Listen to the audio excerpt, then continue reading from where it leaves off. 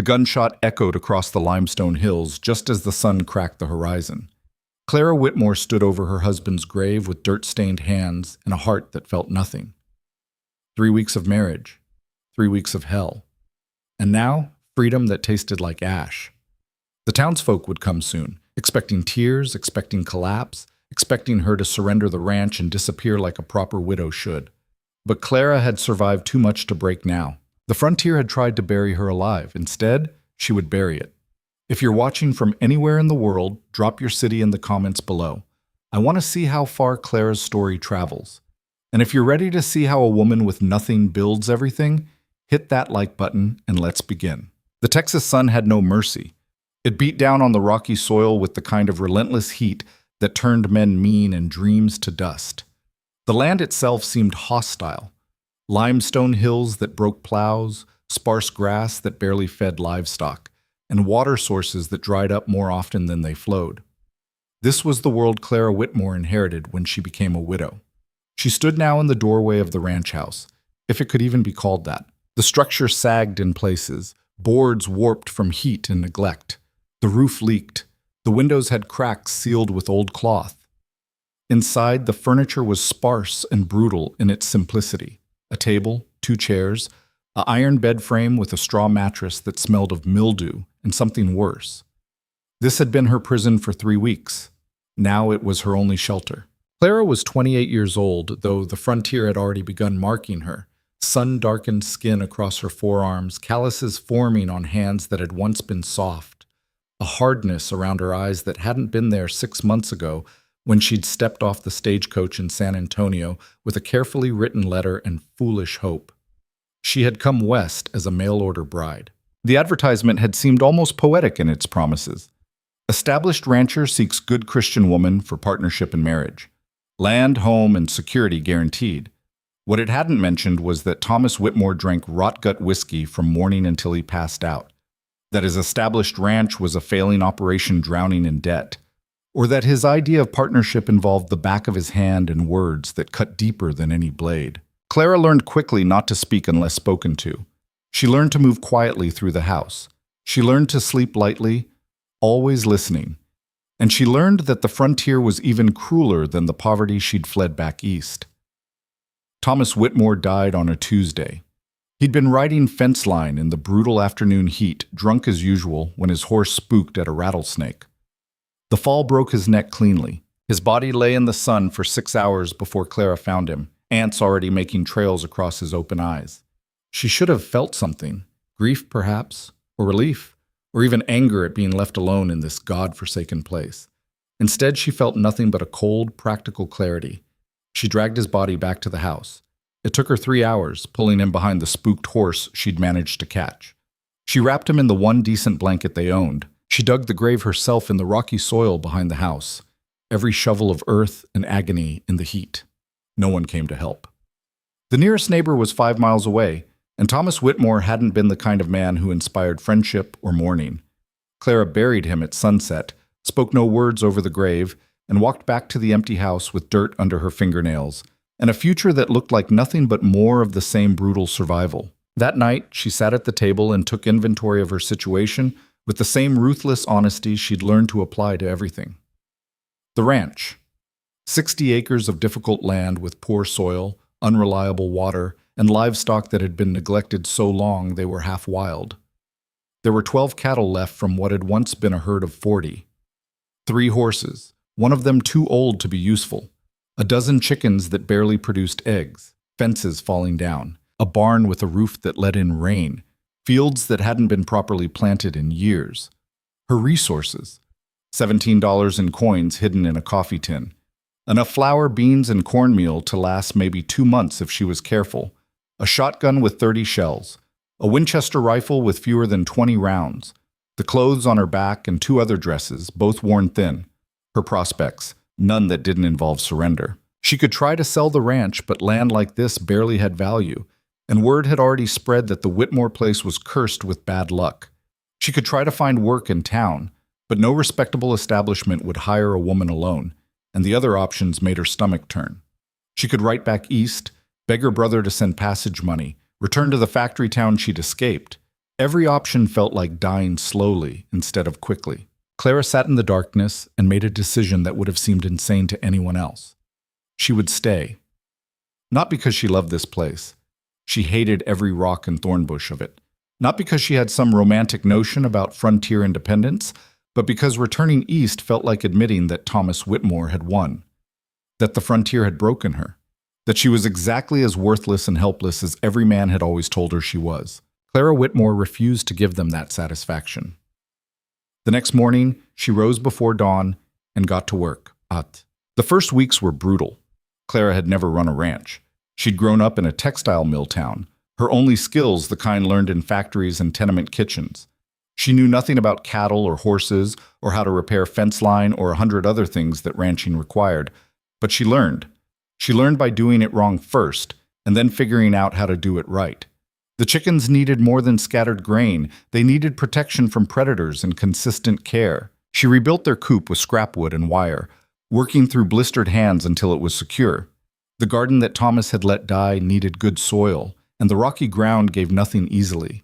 She hauled buckets of horse manure from the barn, mixed it with what soil she could work, and planted beans, squash, and corn seeds she'd found in the barn. Half of them didn't sprout. She planted again. The cattle were skittish and half wild from neglect. It took her 3 days just to get them comfortable enough to let her approach, and another week to move them to better grazing. One old bull charged her twice. The second time, she stood her ground with the rifle raised, and something in her stillness made the animal back down. That moment taught her something important. Fear was useful, but showing it was deadly. The work never ended. Every morning brought new problems: fences down, water troughs empty, predators circling the livestock. Her hands bled from wire cuts and splinters. Her back screamed from hauling water and supplies. She fell into bed each night too exhausted to dream. But slowly, inch by painful inch, the ranch began to respond. The garden produced. Not much, but enough to supplement her dwindling supplies. The chickens started laying consistently. The cattle grew calmer, healthier. And Clara herself transformed. The soft woman who'd arrived in a clean traveling dress vanished completely. In her place stood someone harder, leaner, burned dark by the sun. She wore men's work pants she'd cut down to fit, shirts stained with sweat and dirt, boots that were falling apart but still functional. Her hair, once carefully pinned, she now kept in a single braid down her back. She looked like the frontier. Harsh, unforgiving, impossible to break. The town of Cedar Springs lay 7 miles from Clara's ranch, a collection of weathered buildings that served the scattered ranchers and farmers trying to survive in the limestone hills. Clara rode in once a month to buy supplies and sell what little she could: eggs when the chickens were producing well, vegetables from her garden when there was surplus. The townspeople watched her with a mixture of pity and suspicion. The women whispered behind their hands about the widow Whitmore living alone like a man, doing work no decent woman should do. The men eyed her with calculation, some wondering if she'd be desperate enough to accept a new husband, others seeing an opportunity to buy the ranch cheap when she inevitably failed. Clara ignored all of it. She kept her business interactions brief and cold. She didn't attend church socials or quilting circles. She didn't make friends or seek comfort. She bought her supplies, sold her goods, and rode back to the ranch with her rifle across her saddle and her eyes scanning the horizon. But she wasn't blind to the attention. Robert Jessup, who owned the general store, watched her every visit with hungry eyes that made her skin crawl. He was a thick-bodied man with a beard that never looked quite clean and hands that always seemed to be reaching for things that weren't his to touch. "You're looking worn down, Mrs. Whitmore," he said one afternoon as she paid for flour and coffee. "A woman alone shouldn't have to work herself to the bone. I'd be happy to discuss a partnership arrangement." The way he said partnership made Clara's jaw tighten. "I'm managing fine," she replied, her voice flat. "For now," Jessup said, leaning across the counter. "But winter's coming. This country eats up folks who aren't prepared. A woman in your position, well, you might want to consider your options before you run out of choices." It wasn't the first time someone had made such an offer. It wouldn't be the last. Clara took her supplies and left without another word. But riding back toward the ranch, she felt the weight of isolation pressing down on her shoulders. Jessup was right about one thing: Winter was coming, and she had no idea if she had enough resources to survive it. The frontier didn't care about courage or determination. It only cared about preparation and luck. And Clara was running dangerously short on both. 3 months after Thomas died, Clara's situation reached a crisis point. The drought that had been threatening finally arrived in full force. The creek that ran through her property slowed to a trickle, then stopped flowing entirely. The water holes dried up. The grass turned brown and brittle. Her cattle were suffering. Every day she rode out to check on them, hauling water from the single well near the house, a well that was also dropping lower each week. She rationed water carefully, knowing that if the well went dry, she was finished. One afternoon, she found 2 of her cattle dead from dehydration. She stood looking at the carcasses in the blazing heat and felt something close to despair. She couldn't afford to lose livestock. Each animal represented not just money, but survival. Without cattle to sell, she couldn't buy supplies.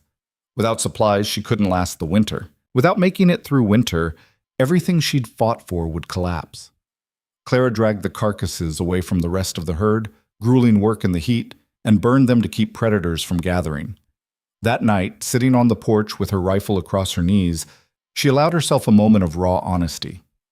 She was failing, not from lack of effort, not from weakness, but because some battles couldn't be won by will alone. The drought would break or it wouldn't. The well would hold or it wouldn't. The ranch would survive or it wouldn't. And sitting alone in the darkness, Clara finally understood the truth that the frontier had been teaching her all along. Sometimes, strength meant knowing when to admit you couldn't do it alone. The rider appeared 2 days later. Clara was working on the fence line, replacing rotted posts in ground that was rock hard from drought, when she caught movement on the horizon. She straightened slowly, one hand dropping to the pistol she now wore on her hip.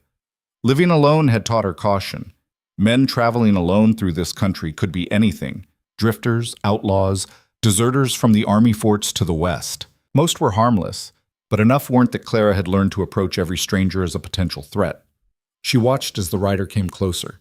He was alone, moving at an easy pace that suggested he wasn't running from anything. The horse was a good one, a paint mare with strong lines. The man himself sat the saddle with the kind of natural ease that spoke of someone who'd spent most of his life on horseback. As he drew nearer, Clara saw details that made her tense further. He was Comanche. She could tell from the way he wore his hair, the style of his clothing, a mix of traditional and adopted pieces that marked him as someone who moved between worlds. He was younger than she'd first thought, maybe 30, with sharp features and eyes that seemed to take in everything at once. Every warning Clara had ever heard echoed in her mind. The settlements were full of stories about Comanche warriors, raids, kidnappings, violence. The army had been pushing them hard for years now, trying to force them onto reservations, and the conflict had made the whole region dangerous.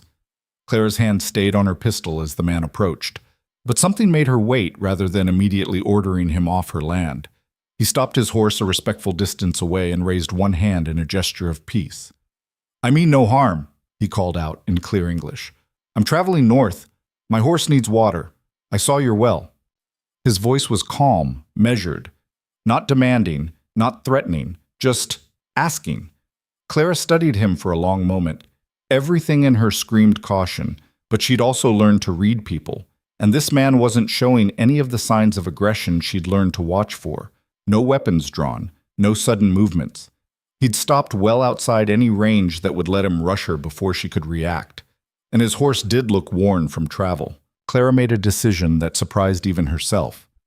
"The well's behind the house," she said, her voice hard. "You can water your horse. Then you move on." The man nodded once, a slight, respectful gesture. "Thank you." He dismounted and led his horse toward the well, moving slowly, keeping his hands visible. Clara followed at a distance, pistol still on her hip, watching every move. He drew water with the efficiency of someone who'd done it 1,000 times, letting his horse drink deeply. When the animal had finished, he refilled the bucket and drank himself, long, grateful pulls that spoke of hard travel. "The drought is bad everywhere," he said, not quite looking at her directly. "Your well is generous. Many have dried up." Clara didn't respond. The man seemed to take her silence as permission to continue. "I'm called Koa Red Hawk," he said. "I travel these hills regularly. If you need anything," He paused, his eyes finally meeting hers directly. "If you need help, I pass this way often."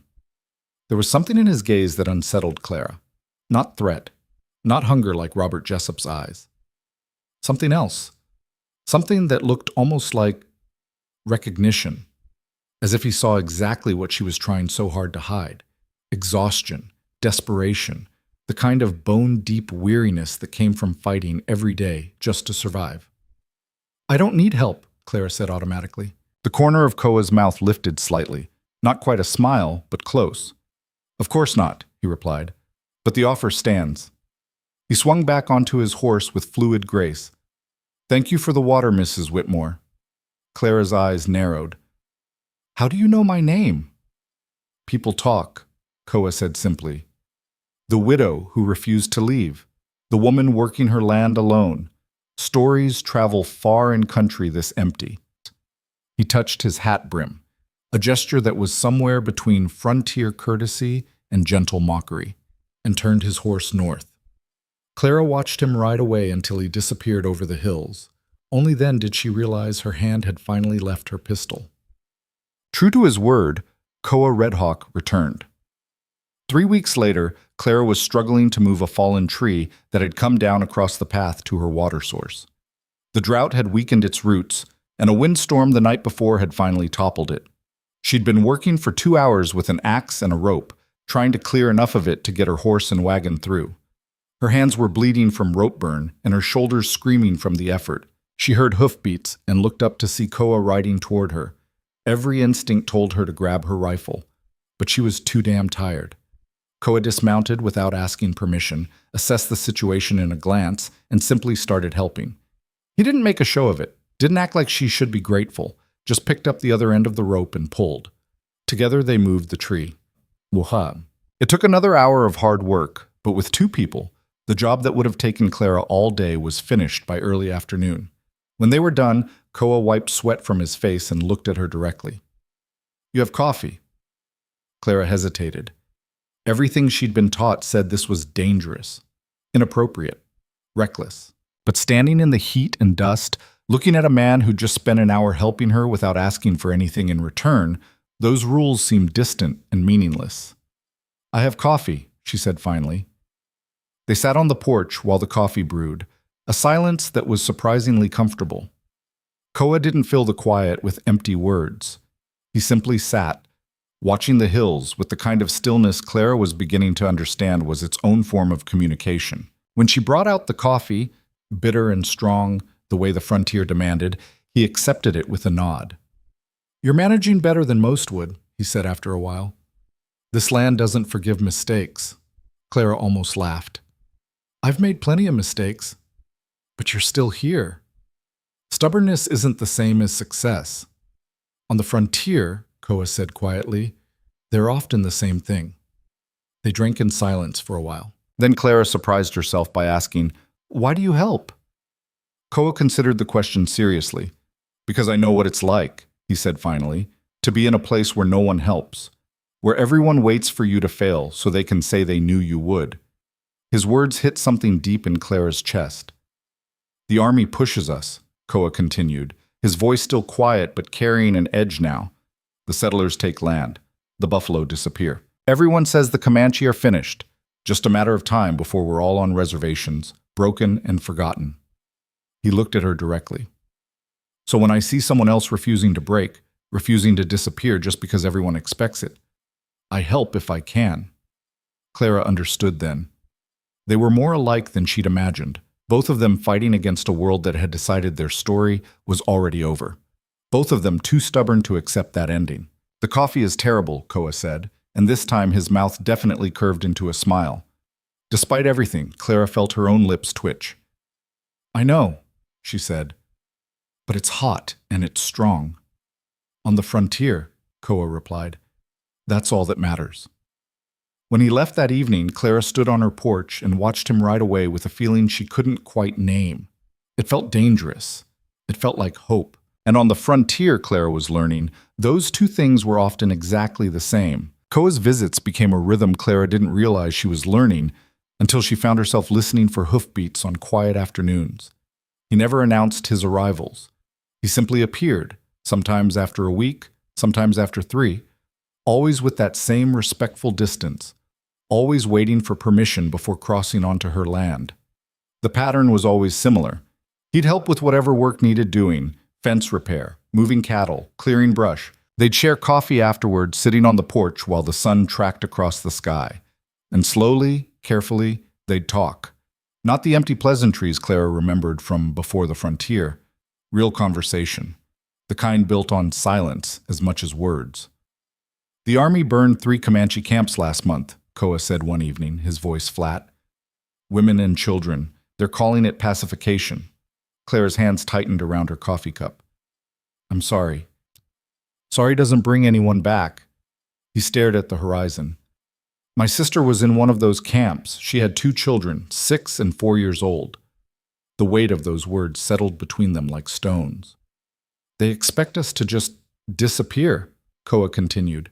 "Move on to reservations, forget who we are, become something else, or die trying." Clara knew that feeling. The pressure to surrender, to become what others demanded, or be destroyed for refusing.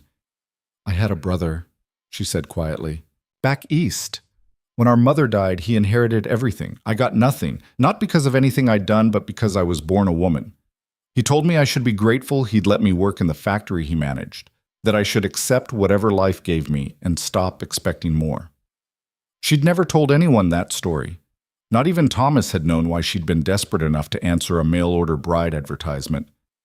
"What did you tell him?" Koa asked. "Nothing." Clara's voice hardened. "I left. Answered the first advertisement I found. Came west thinking anything had to be better than accepting that fate." "Was it?" Clara looked at her scarred hands, the calluses, the permanent dirt under her nails. She thought about Thomas Whitmore's casual cruelty, the isolation, the brutal labor, the constant edge of failure. "Yes," she said finally. "Because at least here, if I fail, it's my failure. Not someone else's decision about what I deserve." Koa nodded slowly, understanding in his dark eyes. "That's why you won't leave." "That's why I won't leave." They sat in silence as the sun dropped toward the hills, painting the limestone rocks in shades of gold and rust. "My people have a story," Koa said eventually, "about a woman who refused to follow her tribe when they moved to winter grounds. Everyone said she'd die alone, but she survived the winter by herself, and when spring came, others returned to her because she'd proven something everyone thought impossible." "Did it have a happy ending?" Clara asked. Koa's smile was slight, almost sad. "Our stories don't always have happy endings, but they have true ones." Clara understood what he wasn't saying. Some battles were won simply by surviving them. Some victories looked like nothing more than still being alive when everyone expected you to be dead. That was the only kind of winning the frontier offered. And sometimes it was enough. As autumn deepened, Clara's situation improved incrementally. The drought finally broke with a series of violent thunderstorms that turned the dry creek into a rushing torrent and refilled her well. The garden produced its final harvest, enough vegetables to preserve for winter. Her cattle had survived the worst of the dry season, and the returning grass meant they'd have something to graze through the cold months ahead. She wasn't prosperous, but she was surviving. And on the frontier, survival was its own form of wealth. Koa's visits continued, woven into the pattern of her days like mesquite roots seeking water, silent, persistent, necessary in ways Clara was only beginning to understand. One afternoon in late October, he arrived with fresh antelope meat wrapped in cloth. "Hunting was good," he said simply, handing it to her. "Too much for one person." Clara knew what the gift meant. Food was survival. Sharing food was trust. "Thank you," she said, meeting his eyes. Something passed between them in that moment, an acknowledgement that they'd moved beyond the careful distance of strangers.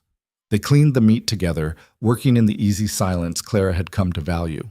His hands moved with practiced efficiency, the knife blade flashing as he separated muscle from bone. Clara worked alongside him, learning techniques her frontier life had never taught her. "Your husband never hunted?" Koa asked. It was the first time he'd mentioned Thomas directly. "He drank," Clara said flatly. "That was his primary skill." Koa's knife paused for just a moment, then continued its work. "Did he hurt you?" The question was quiet, careful, but it hung in the air like smoke. Clara's hand stilled in the bloody meat. She could lie. Should lie, probably. Admitting the truth felt dangerous in ways she couldn't articulate. But something about Koa's presence, his own honesty, his willingness to share his own pain, demanded truth in return. "Yes," she said simply. Koa's jaw tightened, the only sign he'd heard. They finished the work in silence, but it was a different kind of quiet now, heavier. Weighted with things understood but not spoken. When they'd hung the meat to cure and washed the blood from their hands, Koa turned to her with an intensity that made Clara's breath catch. "If anyone tries to hurt you again," he said, his voice absolutely level, "I will know, and they will regret it." It wasn't a romantic declaration. It was a promise, a vow. Clara should have been frightened by the violence implicit in those words. Instead, she felt something she hadn't experienced in years. Safe. "I can take care of myself," she said, but there was no heat in it. "I know," Koa replied. "That's not what I said."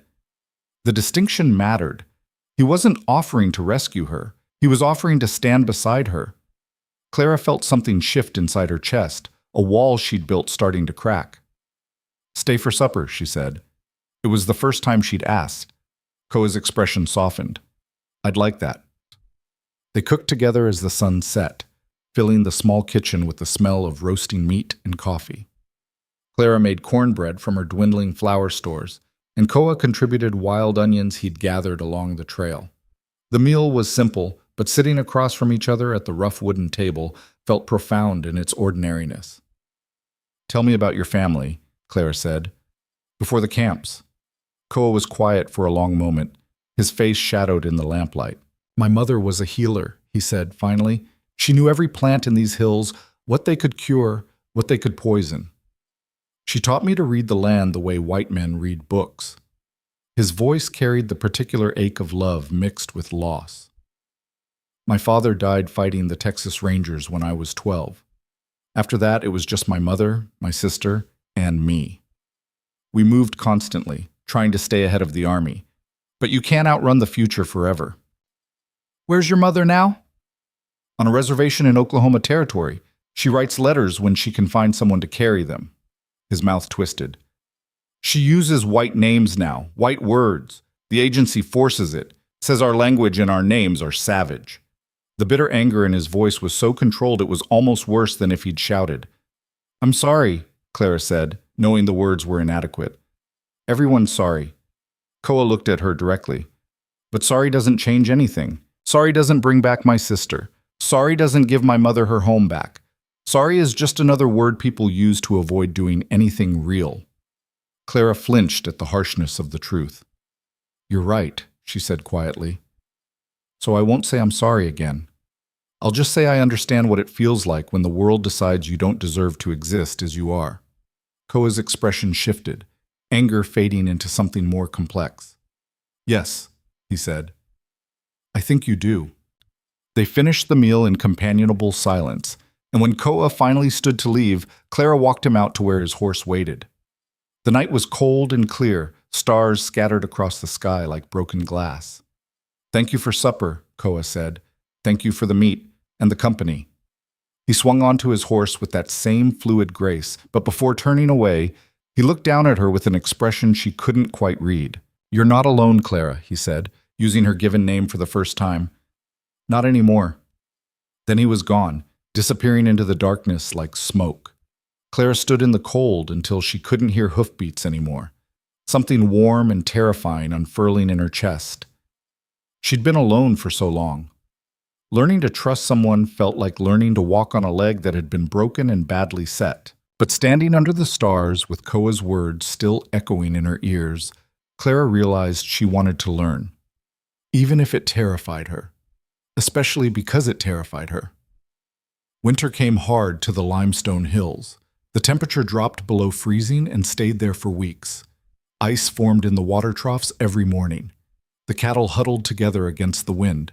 Clara's small house leaked heat through every crack and gap, forcing her to keep the fire burning constantly just to keep from freezing. She'd prepared as best she could, stacking firewood, preserving food, reinforcing the barn and chicken coop against the cold. But preparation only went so far when winter decided to be cruel. 3 weeks into December, a blizzard hit. Clara woke to wind howling around the house like a living thing, and snow driving so hard she couldn't see 10 feet past her door. The temperature plummeted. Ice crusted on the inside of her windows. She spent the day feeding the fire, checking on the animals in brief, brutal trips to the barn that left her fingers numb and her face burning from windburn. The cattle had shelter, but it was minimal.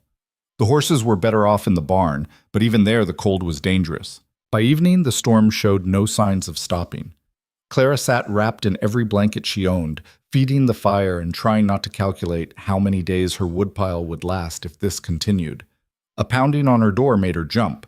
She grabbed the rifle before moving to the entrance, her heart hammering. "Clara, it's Koa!" She threw the door open to find him covered in snow, his horse barely visible behind him in the driving white. "What are you doing out in this?" she shouted over the wind. "Making sure you're alive," he shouted back.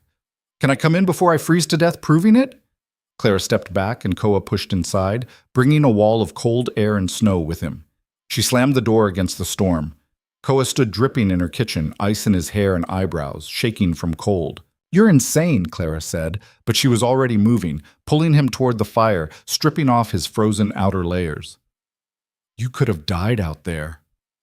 "I've survived worse," Koa said through chattering teeth, but his hands were shaking so badly he couldn't work the buttons on his shirt. Clara knocked his hands away and did it herself, her fingers quick and efficient despite the intimacy of the action. She'd nursed too many people through too many things to be squeamish about practicality. When she'd gotten his wet clothes off, leaving him in just his pants and undershirt, she wrapped him in blankets and pushed him toward the fire. "Sit," she ordered. "Don't move." She made coffee, real coffee, not the chicory extended version she usually drank to save money, and laced it with whiskey from the bottle she'd found in Thomas's things and never opened. Koa drank it gratefully, the shaking gradually subsiding. "Your horse?" Clara asked. "In your barn. I hope you don't mind." "I mind you being an idiot and riding through a blizzard." Koa's smile was weak but genuine. "Someone had to make sure you were prepared for this storm." "I'm managing fine." "I know, but I needed to see it." Clara understood what he wasn't saying. He'd needed to know she was safe. Needed it enough to risk his own life in a storm that could have killed him. The realization made her chest tight. "You're staying until this breaks," she said firmly. "I'm not letting you back out in that." Koa nodded, too tired to argue. Clara made a simple stew from preserved vegetables and some of the antelope meat Koa had brought weeks ago, the circle of gift and return completing itself without either of them acknowledging it aloud. They ate in front of the fire, the storm howling outside like something alive and angry. "Tell me something true," Koa said eventually, his voice quiet. Clara looked at him in surprise. "What?" "When I'm traveling alone," he said, "I play a game. I try to remember 3 true things about my life before all this, before the reservations and the camps and the running, 3 things that were real and good." He paused, staring into the fire. "Lately, I can only remember 2. I'm terrified I'll forget the 3rd. Claire's throat tightened at the rawness in his voice. "What are the 2 you remember?" she asked. "My sister's laugh, and the taste of buffalo cooked over mesquite wood the way my mother made it." Simple things, small things, but in their simplicity, they contained entire worlds. "What's the 3rd?" Clara asked gently. Koa shook his head. "I can see it, a memory of summer and grass and feeling safe, but I can't quite hold on to the details anymore." Clara understood. The frontier had a way of erasing the past, grinding it down until only fragments remained. "I'll tell you mine if you tell me yours," she said. "When you remember the 3rd, we'll trade true things." Koa looked at her, something shifting in his expression. "Deal," he said softly. The storm raged for 3 days.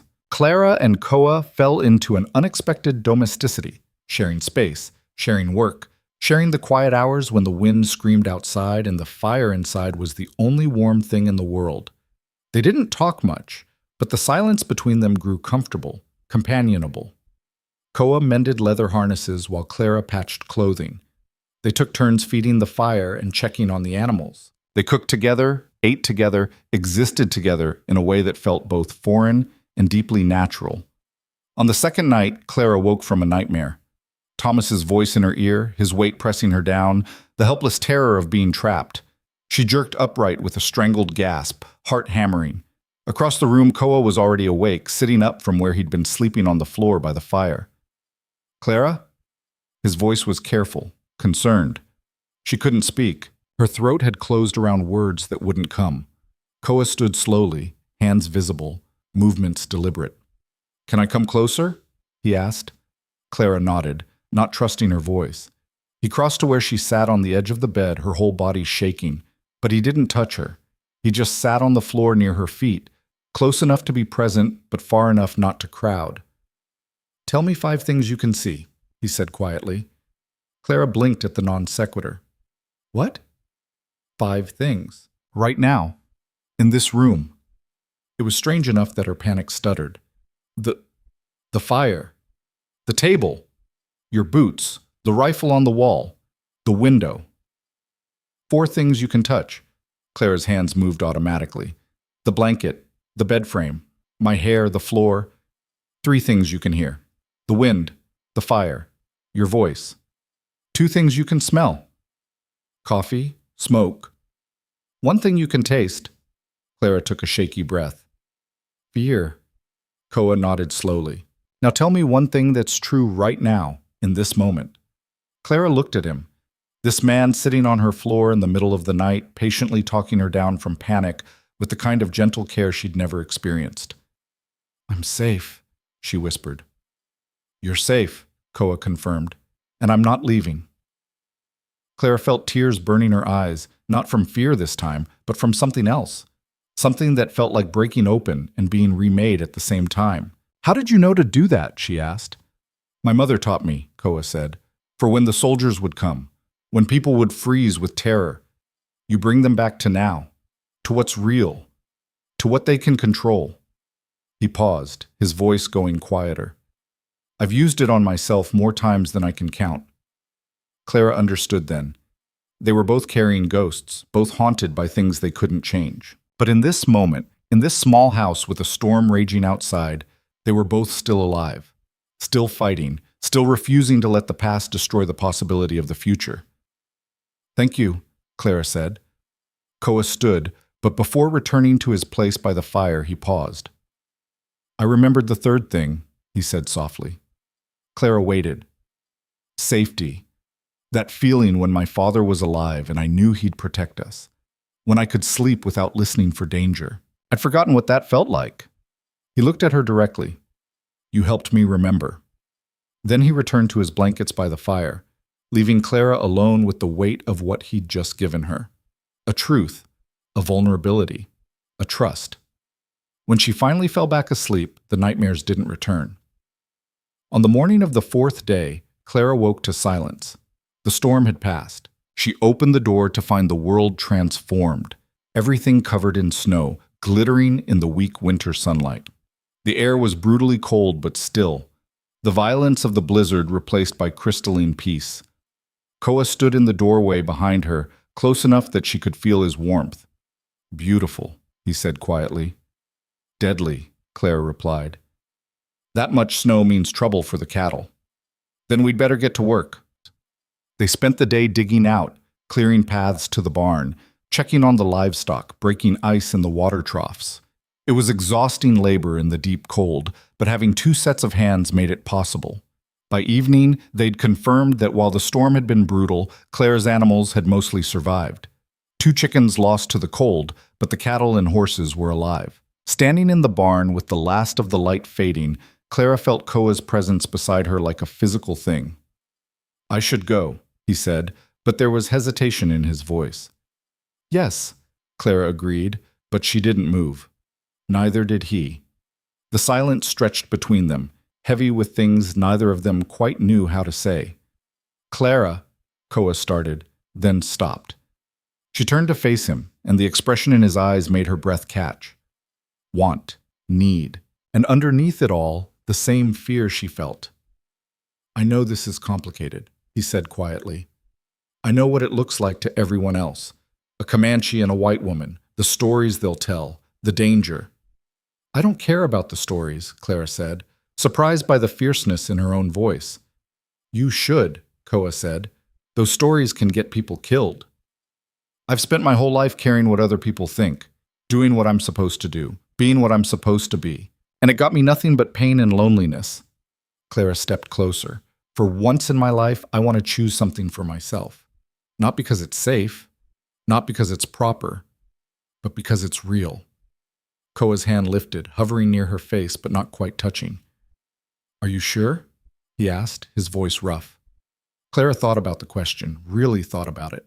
She thought about the risk, the judgment, the danger from people who'd see this as wrong, unnatural, forbidden. She thought about Thomas Whitmore and everything he'd represented, the life she was supposed to want, supposed to accept, supposed to be grateful for.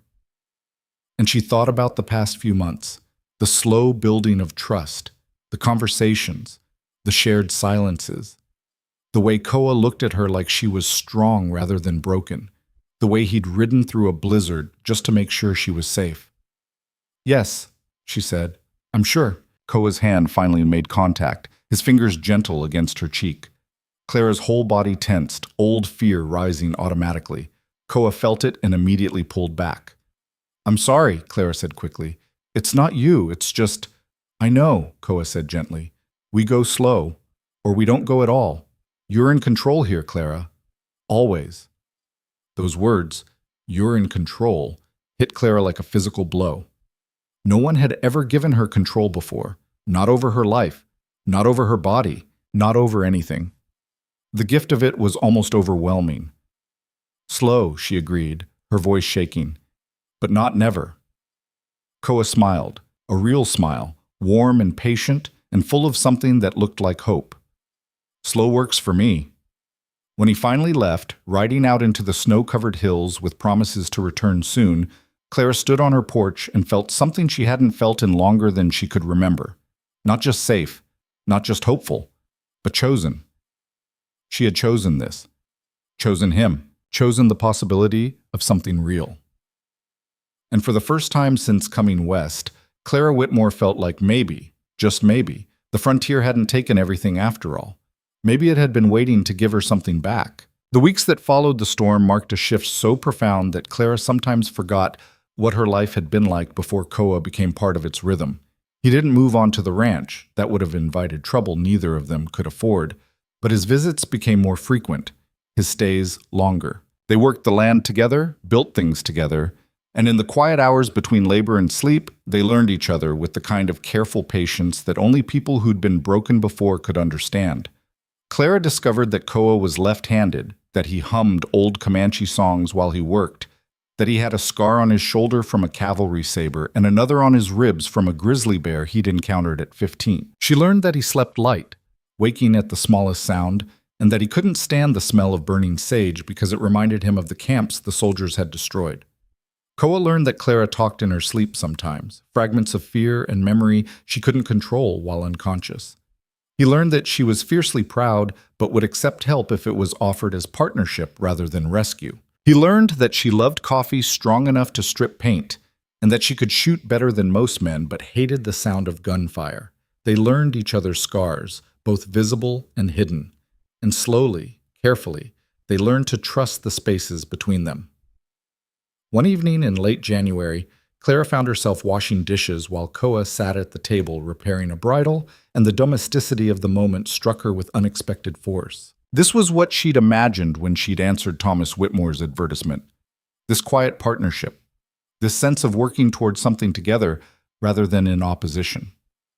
The irony wasn't lost on her. She'd had to destroy one marriage to find what marriage should have been all along. "What are you thinking about?" Koa asked, watching her with that steady gaze that seemed to see straight through her defenses. Clara dried her hands slowly. "About how different this is from what I expected. Different good or different bad?" "Different real," Clara said. "I spent so long imagining what life with a partner would be like, and it was nothing like this." Koa set down the bridle, his full attention on her now. "What was it like in your imagination?" Clara thought about the question, trying to articulate something she'd never quite examined before. "Safe," she said finally. "Protected. like I could finally stop fighting and just exist. And now? Now I realized that was never what I wanted at all. Clara moved to sit across from him. I didn't want to stop fighting. I wanted someone to fight beside instead of against. Koa's expression softened. I understand that.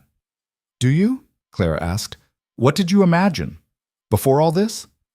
Koa was quiet for a long moment, his fingers tracing patterns on the worn wood of the table. I imagined freedom, he said eventually. A life where I could move without soldiers tracking me, where my people could exist without constantly running or hiding or dying, where I could build something without knowing it would be destroyed.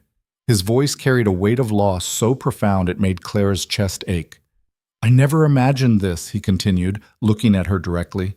A white woman's ranch in the middle of Texas, building a life one fence post at a time, being happy.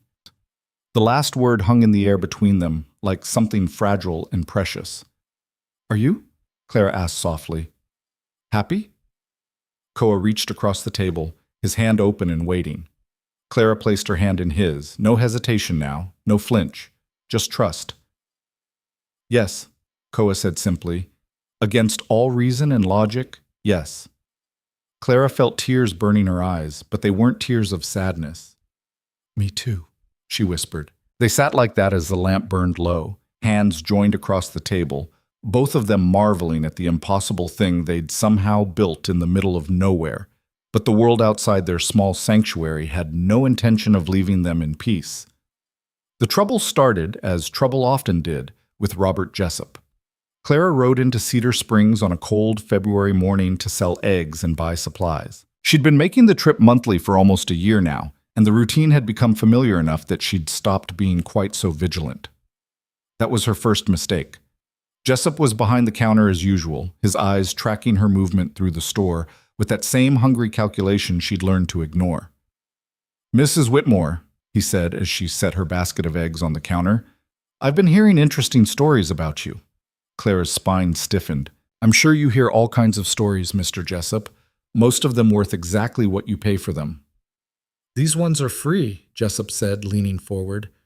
Folks are saying you've been keeping company with an Indian, a Comanche specifically.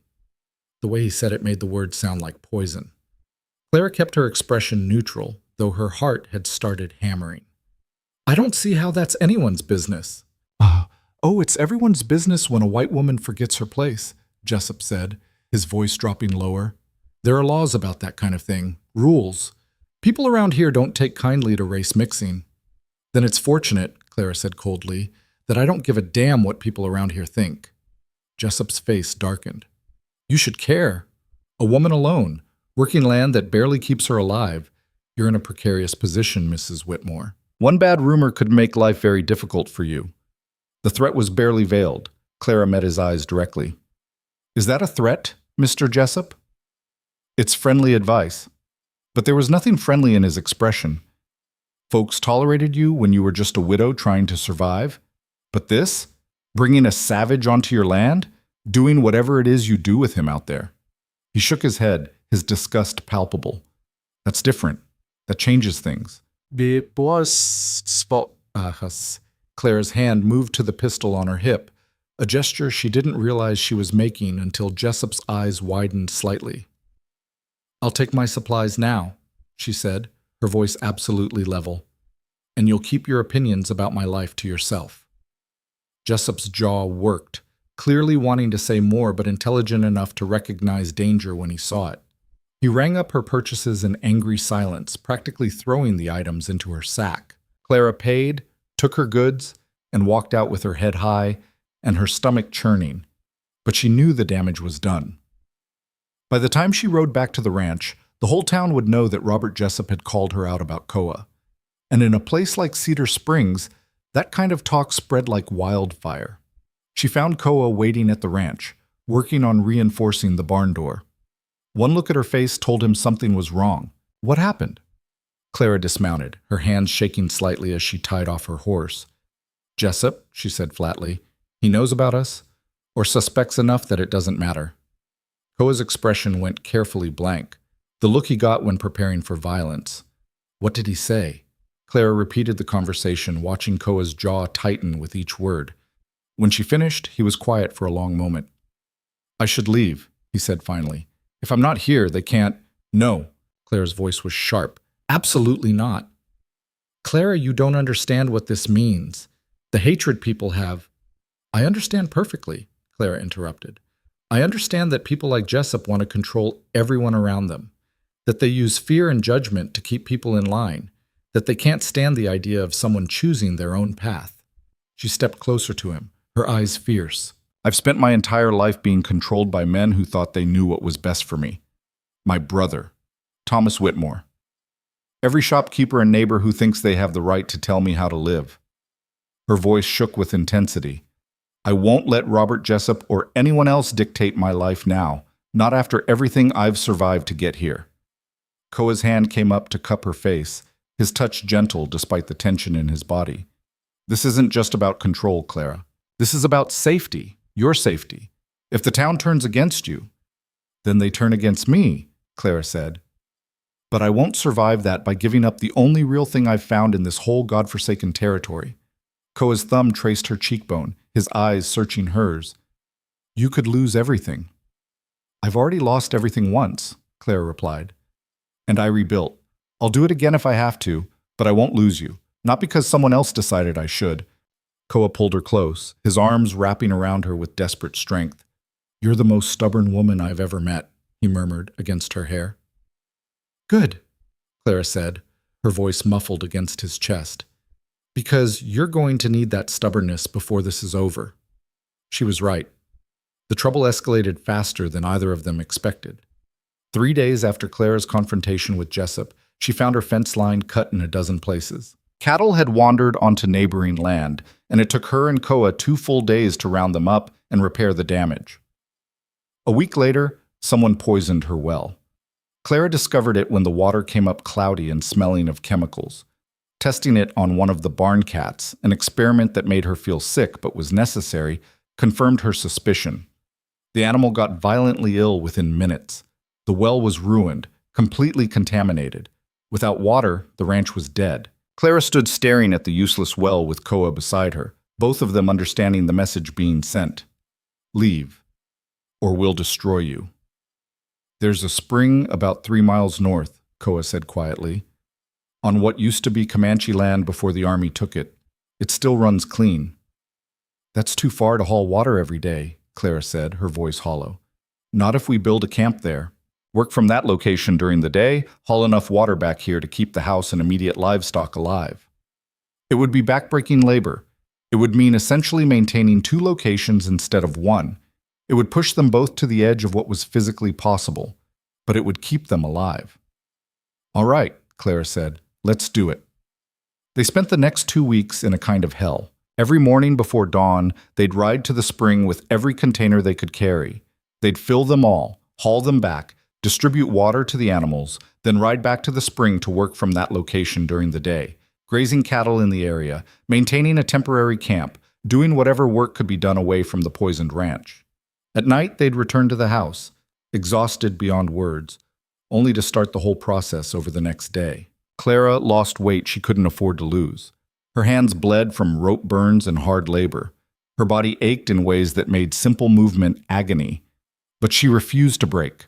Koa worked beside her with the same relentless determination, but Clara could see what the situation was doing to him. The guilt.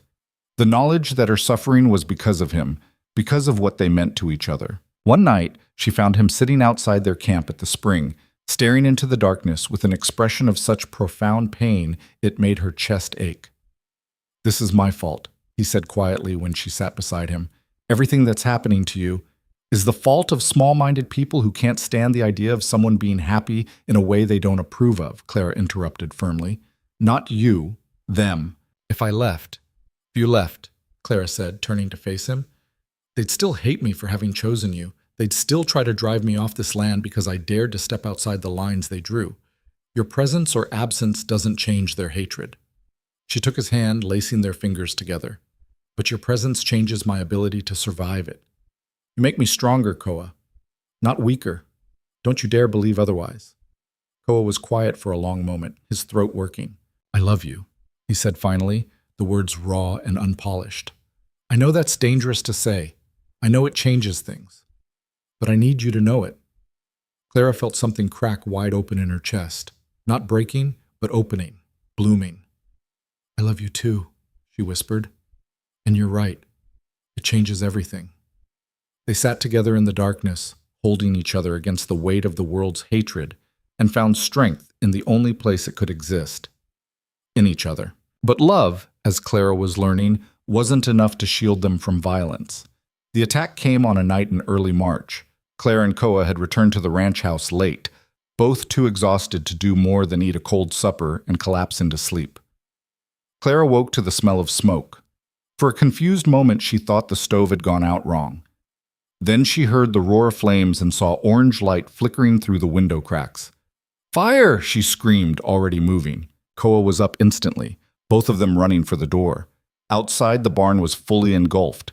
Flames licked up the walls and consumed the roof. Inside, she could hear the horses screaming. The animals! Clara shouted, already running toward the inferno. Koa caught her arm, pulling her back. It's too far gone. The whole structure could collapse. The horses are in there, and you'll die if you go in. They fought for precious seconds while the fire roared, both of them knowing the horses were dying and being unable to stop it. Then Clara saw movement in the darkness beyond the fire. 3 men on horseback, watching, waiting. One of them was Robert Jessup. You son of a bitch, Clara screamed, her voice raw. You murdered them! Jessup's response was lost in the roar of flames, but his expression was clear enough. Satisfaction. Koa's hand closed on Clara's shoulder, his voice urgent in her ear. Inside, now. They're not done. He was right. The men were moving closer, and now Clara could see they all carried rifles. This wasn't just intimidation, this was execution. Koa half dragged her toward the house as the first shot rang out, the bullet splintering wood inches from Clara's head. They burst through the door, and Koa slammed it shut behind them, already moving to barricade it with the heavy table. More shots followed, punching through the thin walls of the house. Get down! Koa shouted, pulling Clara to the floor. They crawled to where the rifles were stored, Clara's hands shaking as she loaded ammunition with practiced efficiency despite the terror flooding her system. 3 of them, Koa said, his voice deadly calm now. Maybe more. They've got us pinned. We can't stay here, Clara said. If they set fire to the house, then we fight our way out. Clara looked at him, this man who'd ridden through a blizzard to make sure she was safe, who'd worked himself to exhaustion helping her survive, who taught her that partnership could mean something other than subjugation. Together, she said. Together, Koa confirmed. They positioned themselves at different windows, rifles ready. When the next volley of shots came, they returned fire. Claire had no idea if she hit anything. The darkness and smoke made accurate shooting nearly impossible. But the gunfire from outside paused, the attackers clearly not expecting armed resistance. You're making this worse for yourself, Mrs. Whitmore, Jessup's voice carried through the night. Send out the Indian, and maybe we'll let you live. Go to hell, Clara screamed back. Another volley of shots answered her defiance. Beside her, Koa fired methodically, each shot placed with careful precision. I hit one, he said quietly. He's down. Good, Clara said, surprised by the viciousness in her own voice. The siege continued for what felt like hours, but was probably less than 30 minutes. The attackers would fire. Clara and Koa would return fire. Then tense silence would fall before the pattern repeated. But Clara could smell smoke again. They'd set something else on fire. The chicken coop, Koa said grimly, confirming her fear. They're destroying everything. Clara felt rage building in her chest, hot and clean and absolutely clarifying. These men wanted to break her, to punish her for daring to choose her own life, to make an example of her for every other woman who might consider stepping outside the lines society had drawn. She thought about everything she'd survived, the poverty back east, Thomas Whitmore's cruelty, the drought, the isolation, the backbreaking labor of keeping this ranch alive against all odds. She'd survived all of it. She'd be damned if she'd let Robert Jessup and his cowardly friends destroy her now. We need to end this, Claire said, before they burn everything. Agreed, Koa said. But how? Clara's mind raced, sorting through options with the same cold practicality that had kept her alive this long. The house is elevated, she said slowly, and there's only 3 of them left now. If we can get outside, split their attention, they'll gun us down the moment we step out, Koa interrupted. Not if we're already shooting. It was a terrible plan.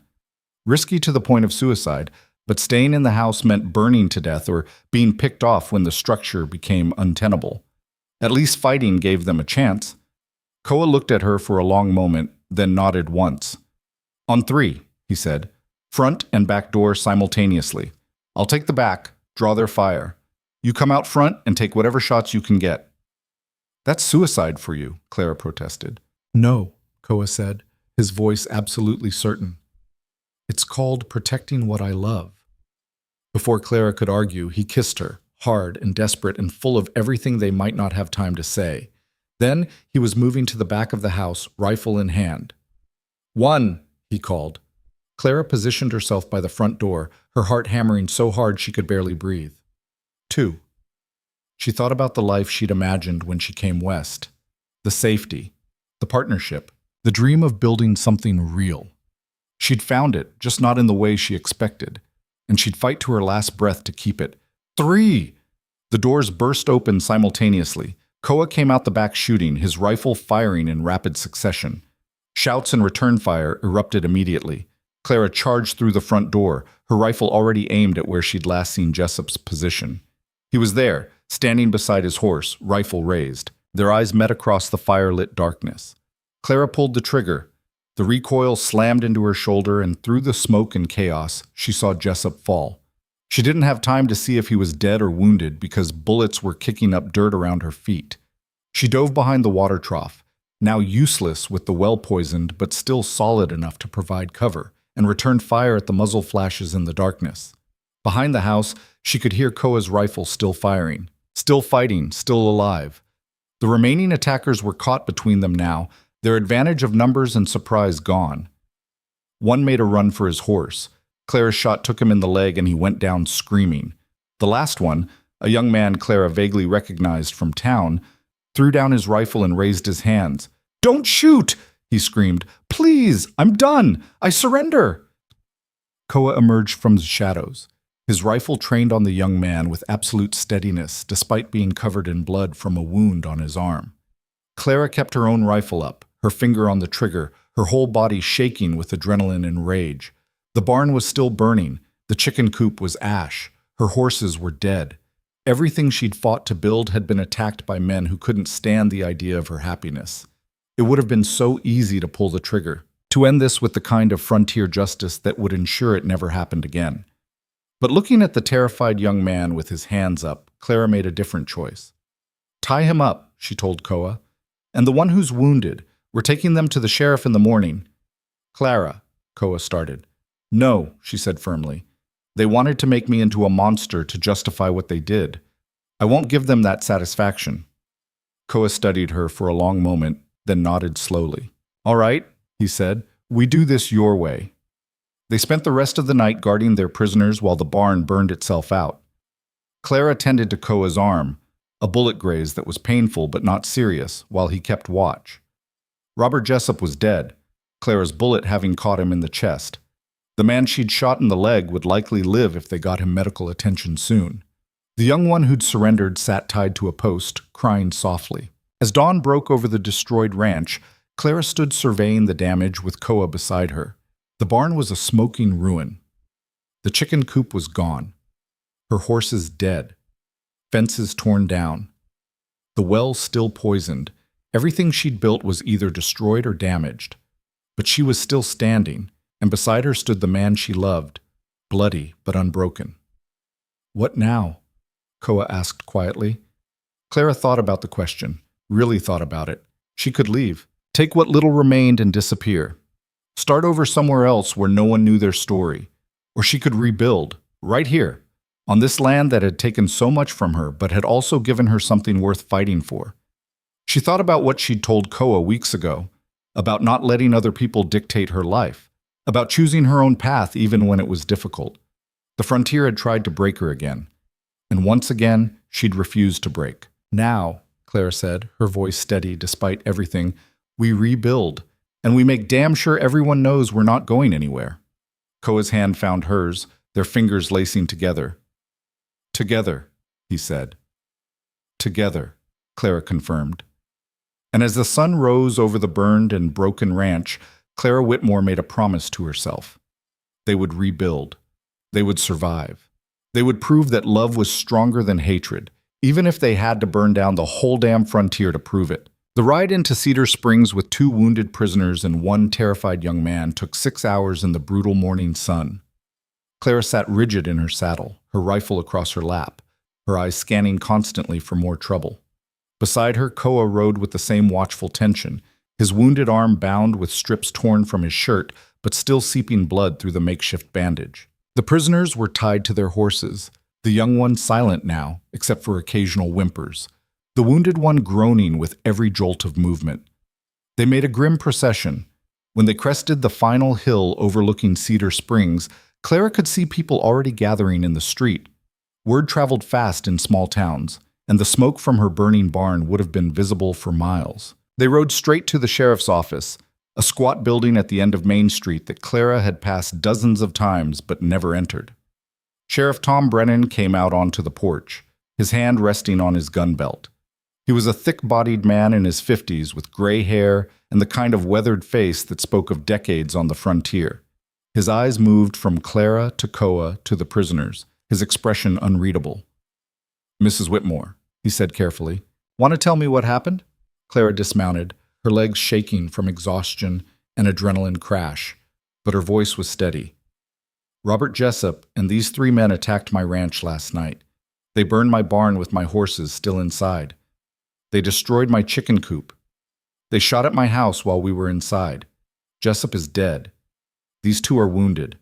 This one surrendered." She delivered the facts without emotion, watching the sheriff's face for his reaction. Brennan's jaw tightened. He looked at the prisoners, then back at Clara. "That's a serious accusation." "It's the truth," Clara said flatly. "And I have witnesses. Koa was there. He saw everything." The sheriff's eyes moved to Koa, and Clara saw the calculation happening behind his gaze.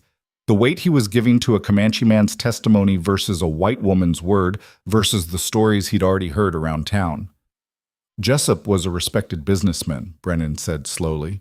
"Jessup was a bully and a coward who couldn't stand the idea of a woman living independently," Clara shot back. "And he tried to murder me for it." "That's not—" The wounded prisoner started, then screamed as his injured leg bumped against the saddle. Brennan held up a hand for silence, his eyes still on Clara. "These are serious allegations, Mrs. Whitmore, the kind that require evidence. Witnesses beyond your companion here." The pause before companion was deliberate, loaded. Clara felt rage building in her chest, but she forced it down. Anger wouldn't help her now. Cold strategy would. "Then investigate," she said. "Ride out to my ranch and see the destruction. Talk to anyone who might have seen these men riding out last night. Check Jessup's general store. I'm betting you'll find he bought extra kerosene recently. Do your job, Sheriff." Brennan's face darkened at the challenge in her tone, but before he could respond, a voice called out from the gathering crowd. "I saw them." Everyone turned. An older woman pushed through the onlookers, Sarah Chen, who ran the boarding house at the edge of town. She was Chinese, one of the few non-white residents of Cedar Springs, and she'd always watched Clara with an expression that might have been understanding or might have been pity. "I saw Robert Jessup and these 3, Sarah said, pointing at the prisoners, riding out of town just after midnight. They were carrying rifles, and I heard one of them say something about teaching the Whitmore widow a lesson." Brennan's expression shifted. "Mrs. Chen, are you certain?" "I don't sleep well," Sarah said simply. "I see a lot from my upstairs window, and I know what I saw." Another voice spoke up, James Crawford, the blacksmith, a massive man with burn scars on his forearms. "Jessup bought 20 gallons of kerosene from my cousin's supply store 2 days ago," Crawford said. "Said he needed it for lamps. 20 gallons for lamps seemed strange to me at the time." More voices began to emerge from the crowd. Small testimonies.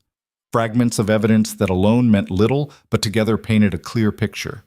Clara watched Sheriff Brennan's face as the weight of evidence mounted. She could see him calculating, weighing his options.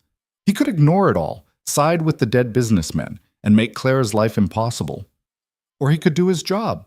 "Take the prisoners inside," Brennan said finally to his deputy, "and get Doc Morrison to look at the wounded one before he bleeds out on my floor." The deputy moved to comply, and Brennan turned back to Clara. "I'll need your full statement, and his." He nodded toward Koa. "You'll get it," Clara said. The interrogation took hours. Clara recounted everything in excruciating detail: the cut fences, the poisoned well, the attack itself, the shots fired, the barn burning, her decision to shoot Jessup when he'd aimed at her. She left nothing out, knowing that any gap in her story would be used against her. Koa gave his testimony with the same careful precision, his English perfect despite the sheriff's obvious surprise that a Comanche warrior could speak so articulately. Through it all, Brennan took notes with the kind of methodical thoroughness that gave Clara a thread of hope that maybe, just maybe, justice might actually exist on the frontier. When they were finally released, the sun was setting. They walked out of the sheriff's office to find a crowd still gathered. But the mood had shifted. Some faces showed hostility, yes, but others showed something that might have been respect, or at least acknowledgement that Clara Whitmore wasn't as easy to break as some had assumed. Sarah Chen approached as Clara untied her horse. "You need a place to stay tonight," Sarah said. It wasn't a question. "Your ranch isn't safe yet, and you both look ready to collapse." Clara wanted to refuse, pride and stubbornness warring with exhaustion, but Koa's hand on her shoulder stopped her. "Thank you," he said quietly. "We accept." Sarah nodded once, then looked directly at Clara. "What you're doing isn't easy," she said softly, in a voice meant only for them. "Loving who you choose, living how you choose, I know something about that fight." Her eyes held a depth of understanding that suggested her own story held similar battles. "But you're not alone in it. Remember that." Then she turned and led them toward the boarding house, leaving Clara blinking back unexpected tears. The room Sarah gave them was small but clean, with a real bed and water for washing. After the chaos of the previous night, it felt like unimaginable luxury. Clara collapsed onto the bed without even removing her boots, every muscle in her body screaming. Koa sat beside her, his face drawn with pain from his wounded arm. "Let me see that," Clara said, forcing herself upright. She unwrapped the makeshift bandage carefully, revealing an angry red graze that had stopped bleeding but looked inflamed. "This needs proper cleaning," she said, already moving to heat water from the pitcher Sarah had left. She tended to Koa's wound with the same careful efficiency she'd learned from years of frontier necessity, cleaning it with heated water, applying whiskey that made him hiss through his teeth, wrapping it in clean bandages Sarah had provided. When she finished, Koa caught her hand, pulling her close. "You were magnificent today," he said quietly. "The way you stood up to Brennan. The way you refused to let them intimidate you." Clara laughed, the sound hollow with exhaustion. "I shot a man, Koa. I killed someone. You defended yourself, and me. There's no shame in that." "Isn't there?" Clara looked at her hands, the same hands that had pulled the trigger. "I keep seeing it, the moment he fell, wondering if there was another way." Koa was quiet for a moment, his thumb tracing circles on her palm. "There's always another way," he said finally, "but not always one that keeps you alive. You made the choice you had to make, the one that gave us both a future." He paused, his expression going distant. "I've killed men too, Clara. In battles. In defense. I carry those faces with me, but I also know that if I hadn't made those choices, I wouldn't be here now. With you." Clara leaned into him, careful of his wounded arm, and felt the tears she'd been holding back finally spill over. "I'm so tired," she whispered, "of fighting, of always having to prove I deserve to exist, of never being able to just be." Koa's good arm wrapped around her, holding her steady as she shook. "I know," he murmured. "I know." They sat like that as darkness fell completely, two people who'd been broken by the world finding temporary shelter in each other's arms. Eventually, Clara pulled back, wiping her eyes roughly. "We need a plan," she said, forcing herself back into the practical clarity that had kept her alive. "The ranch is destroyed. The well is poisoned. We have almost no resources left." "We have each other," Koa said. "That's not enough to rebuild a barn or replace dead livestock." "No," Koa agreed, but it's enough to figure out what comes next. Clara thought about that, about what came next. The logical answer was to sell the land, what little it was worth now, and leave. Start fresh somewhere else, maybe in a bigger town where their relationship wouldn't draw as much attention, where they could disappear into anonymity and build a quieter life. But the thought of leaving made something in Clara's chest tighten painfully. That land, difficult, unforgiving, brutal as it was, had become hers in a way nothing else ever had. She'd bled for it, fought for it, nearly died defending it. Leaving felt like surrender. And Clara Whitmore had learned long ago that surrender was the one thing she couldn't afford. "I want to stay," she said quietly. "I know that's probably foolish. I know it would be easier to leave, but that ranch is mine. I won't let them drive me off it." Koa studied her face in the lamplight. "Then we stay," he said simply. "And we rebuild." "How?" Clara asked.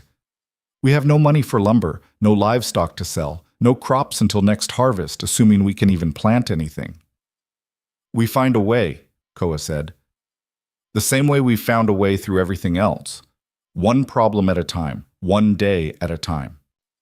He pulled something from his pocket, a small leather pouch Clara had never seen before. "What is that?" she asked. Koa opened it, and gold coins spilled into his palm. More money than Clara had seen in months. Her eyes widened. "Where did you eat?" "I've been saving," Koa said quietly. "For years. From trading, from guiding work for the army before things got bad, from hunting. I always thought I'd use it to buy land somewhere far from here, somewhere my people could live free." He pressed the coins into Clara's hand. "But my people are scattered now, on reservations or dead or running so far they'll never settle. This dream I had, it's gone. But yours isn't. Your land, your ranch, your life here, that's still possible." Clara stared at the gold in her hand, understanding what he was offering, not just money, but his future, his dreams, everything he'd saved for his own survival and freedom. "Koa, I can't take this." "You're not taking it," he interrupted gently. "I'm giving it, because your future is my future now. Your dreams are my dreams. If you want to stay and rebuild that ranch, then that's what we'll do." Tears were streaming down Clara's face again, but she didn't care. "This is everything you have," she whispered. "No," Koa said, his hand cupping her face. "You're everything I have.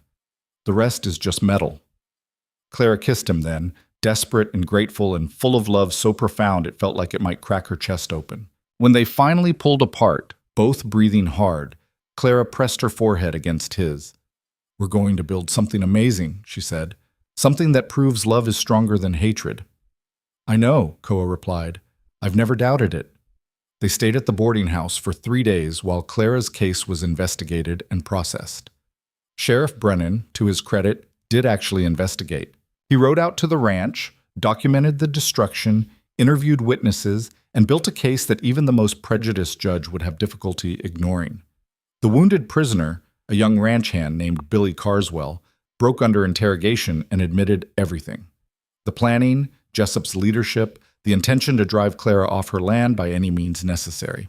His testimony, combined with the physical evidence and Sarah Chen's eyewitness account, made the case airtight.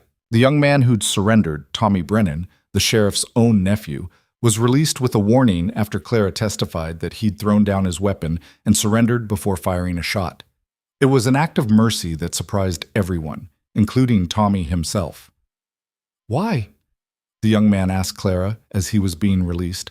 "After what we tried to do, because you made a different choice when it mattered," Clara said simply. "You were man enough to surrender when you realized how wrong this was. That's worth something." Tommy Brennan looked at her with an expression that might have been shame or might have been the beginning of understanding. "I'm sorry," he said quietly, "for all of it." Clara nodded once, then turned away. Forgiveness wasn't something she was ready for yet, but allowing mercy? That she could manage. On the 4th day, they returned to the ranch. The destruction looked even worse in full daylight. The barn was a blackened skeleton. The chicken coop was ash. The fences were torn down in multiple places. The well still sat poisoned and useless. But the house stood, damaged, yes. Bullet holes in the walls, broken windows, the door hanging crooked on its hinges, but standing.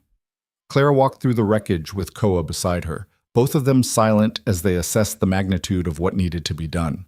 It was overwhelming. Then Clara heard hoofbeats. She turned to see a wagon approaching. No, multiple wagons. A small caravan of people from Cedar Springs. Sarah Chen drove the lead wagon, but behind her came James Crawford, the blacksmith, several ranch families Clara vaguely recognized, even a few women from the church she'd never attended. They pulled up in front of the destroyed ranch, and Sarah climbed down with the kind of determined expression that suggested she wouldn't tolerate argument. "We're here to help rebuild," she announced. Clara stared at her, too shocked to respond. "Why?" she finally managed. Sarah's smile was slight but genuine. "Because what happened to you was wrong. Because standing up to bullies matters. And because some of us are tired of letting fear and hatred rule this town." James Crawford stepped forward, his massive frame somehow gentle. "I brought lumber," he said, nodding toward his wagon. "And tools. Figured you might need both." One of the ranch wives, a woman named Margaret, whose husband had a spread 10 miles north, spoke up next. "I brought chickens, a dozen layers. It's not much, but it's a start." Another family had brought seed for planting. Another had brought food supplies. Another had brought water barrels and pumps to help deal with the poisoned well. Clara felt her throat closing, overwhelmed by the unexpected generosity. "I don't understand," she said. "Most of you barely know me. Why would you—" "Because you stood your ground," Margaret said simply. "A lot of us have wanted to stand against men like Jessup for years. You actually did it. That means something." Sarah moved closer, her voice dropping so only Clara could hear. "You're not the only woman in this territory who's had to fight for the right to exist on her own terms," she said quietly. "Some of us just fight quieter battles, but we recognize a kindred spirit when we see one." Clara looked at this collection of people, most of them strangers, some of them barely acquaintances, all of them choosing to help despite the social cost it might carry. "Thank you," she said, her voice rough with emotion. "I don't know how to repay this." "You already have," Sarah replied. "By refusing to break. Now let's get to work." The rebuilding took weeks. Clara and Koa worked alongside their unexpected allies from dawn until dark every day. The barn rose again, timber by timber. The chicken coop was rebuilt. The fences were repaired. A new well was dug in a different location with better water. It wasn't just construction, it was transformation.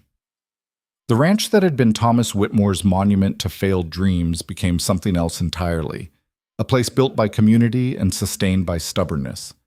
A homestead that represented possibility rather than punishment. And through it all, Clara and Koa worked side by side, their partnership visible to everyone who came to help. Some of the volunteers were uncomfortable with it at first, the sight of a white woman and a Comanche man working together as equals, clearly in love, clearly committed to each other. But discomfort faded as they watched the two of them work.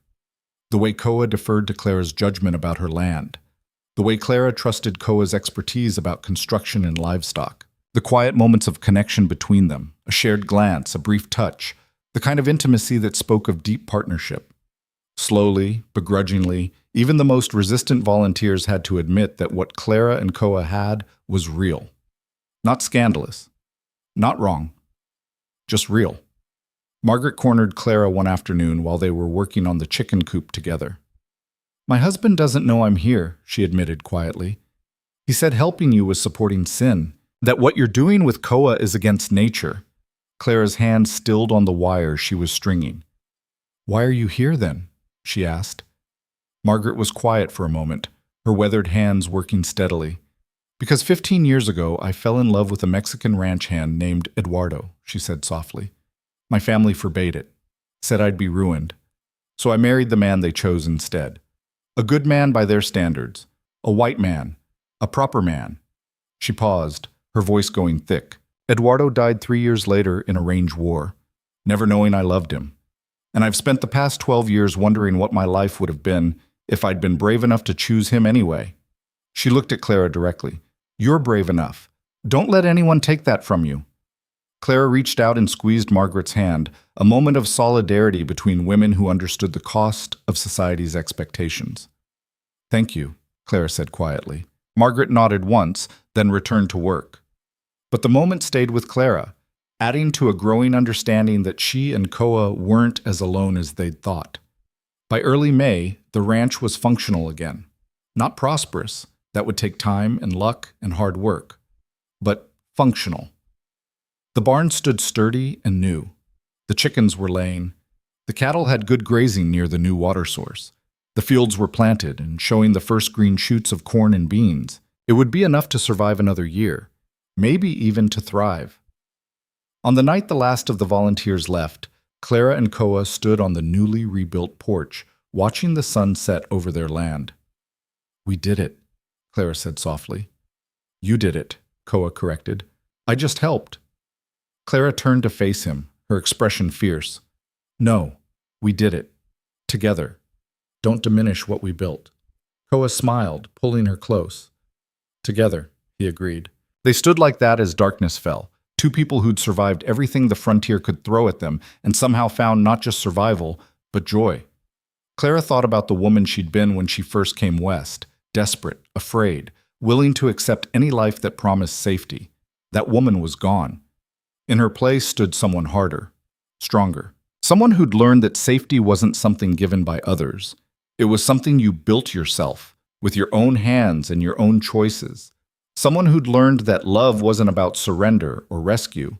It was about partnership, about standing beside someone through the worst the world could offer and choosing each other anyway. "I love you," Clara said into the darkness. "I love you too," Koa replied. "And I'm not going anywhere. Promise?" "Promise." And standing under the stars with the rebuilt ranch around them and the future stretching ahead like an open road, Clara Whitmore finally believed that maybe, just maybe, the frontier had given her exactly what she'd always needed. Not safety, not rescue, but the chance to become exactly who she was meant to be, and the partner to share it with. Summer arrived with the kind of heat that turned the limestone hills white and shimmering in the distance. Clara woke each morning before dawn, slipping from the bed she now shared openly with Koa, and stepping out onto the porch to watch the sun rise over land that had become more than just property. It had become proof, tangible evidence that survival was possible, that building something real from nothing but determination and love wasn't just a dream. The ranch thrived in ways she'd never imagined during those first brutal months alone. The corn grew tall and green, the beans produced heavily, the chickens laid consistently, providing eggs to sell in town and enough left over for their own needs. The cattle had multiplied, 2 calves born in late spring, healthy and strong.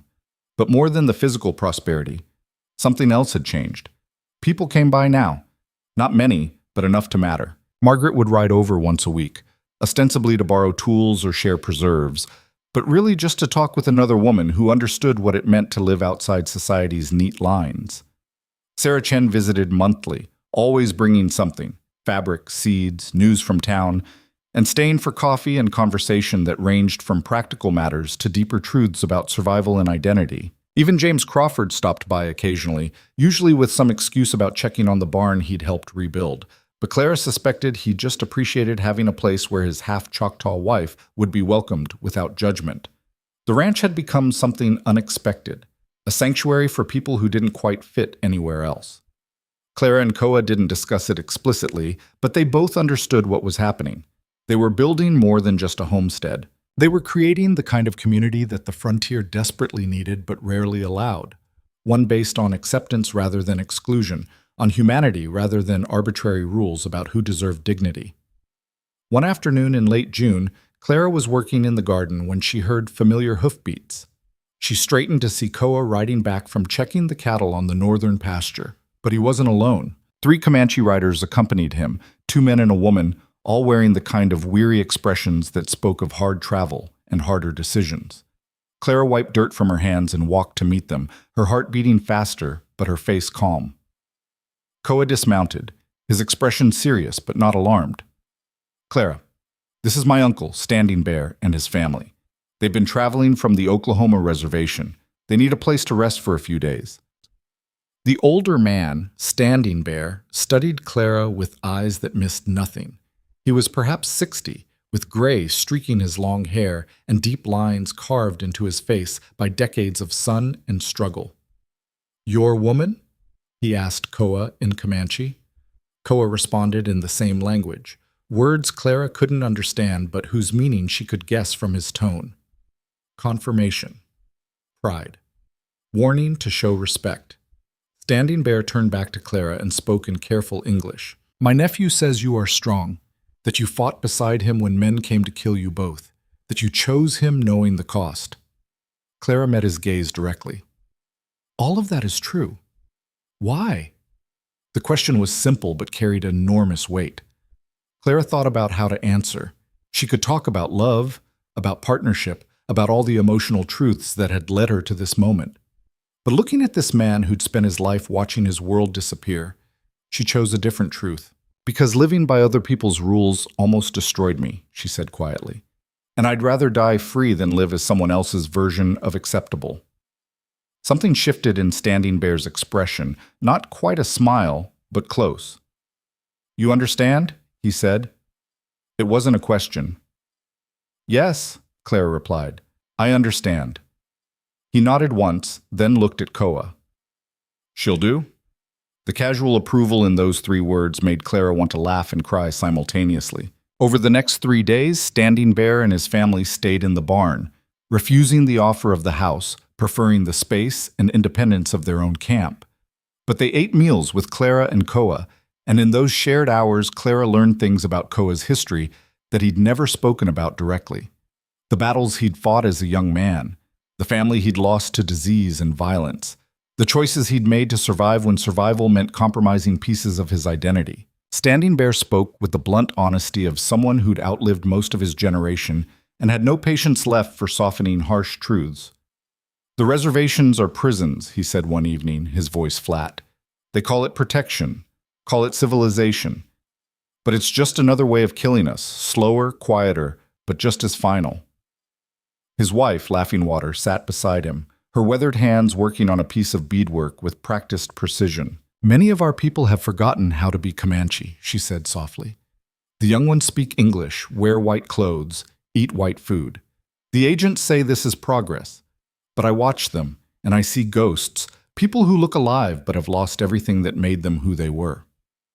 Clara listened, understanding the grief in their words. She'd seen similar destruction in different forms.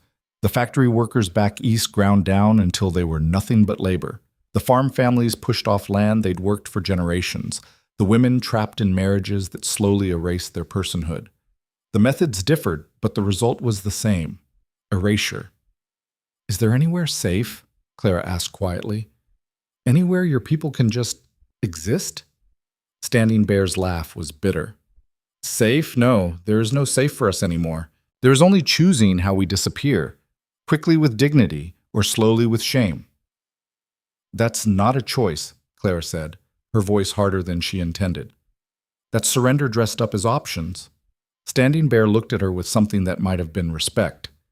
You sound like my nephew, always refusing to accept that some battles cannot be won. Maybe they can't, Clara replied, but that doesn't mean we stop fighting them. On their last night before continuing their journey west, Standing Bear pulled Clara aside while Koa was checking on the horses. You love him, the old man said.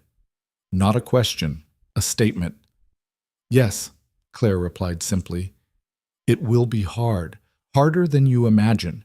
The hatred will not end just because you survived one attack. I know. You could have chosen easier. Clara thought about that, about Robert Jessup's offers, about returning east, about all the paths that would have been simpler, safer, more acceptable to the world around her. I spent my whole life choosing easier, she said quietly. It nearly killed me. Not my body, but everything that made me who I am. Standing Bear nodded slowly. My nephew is lucky to have found you, and you are lucky to have found him. He paused, his expression going distant. My generation lost almost everything, but perhaps yours will build something new, something that survives. He pressed something into her hand, a small piece of carved bone on a leather cord. This belonged to my daughter, Koa's mother. She wore it every day until the soldiers came. I have carried it since, waiting to know where it should go next. Clara looked at the carved piece, a simple design of interlocking circles. What does it mean? She asked. That no one stands alone, that we are all connected, family, community, the land, the sky, that our strength comes from understanding those connections, not from breaking them. He closed Clara's fingers around the pendant. You understand this already. You proved it when you let others help rebuild your ranch, when you opened your home to us without knowing if we could be trusted, when you chose love over safety. Clara felt tears burning her eyes. Thank you. Take care of my nephew, Standing Bear said gruffly, and let him take care of you. That is what partnership means. When they left the next morning, Clara stood on the porch, wearing the pendant under her shirt, feeling its weight against her heart like a promise. Koa stood beside her, watching his family disappear over the hills. Will you see them again? Clara asked quietly. Maybe. Maybe not. They're heading for Mexico, trying to find land where they can live without being hunted.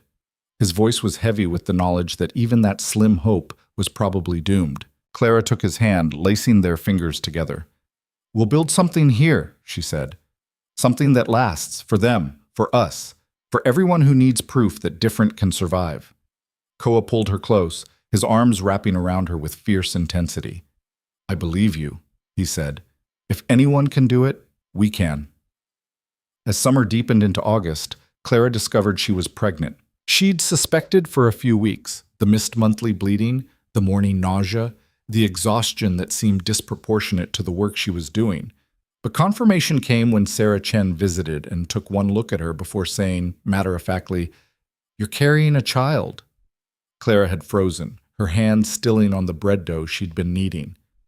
How did you— I've delivered enough babies to recognize the signs, Sarah said, moving closer. How do you feel about it? That was the question, wasn't it? Clara sat down slowly, trying to process the tangle of emotions flooding through her.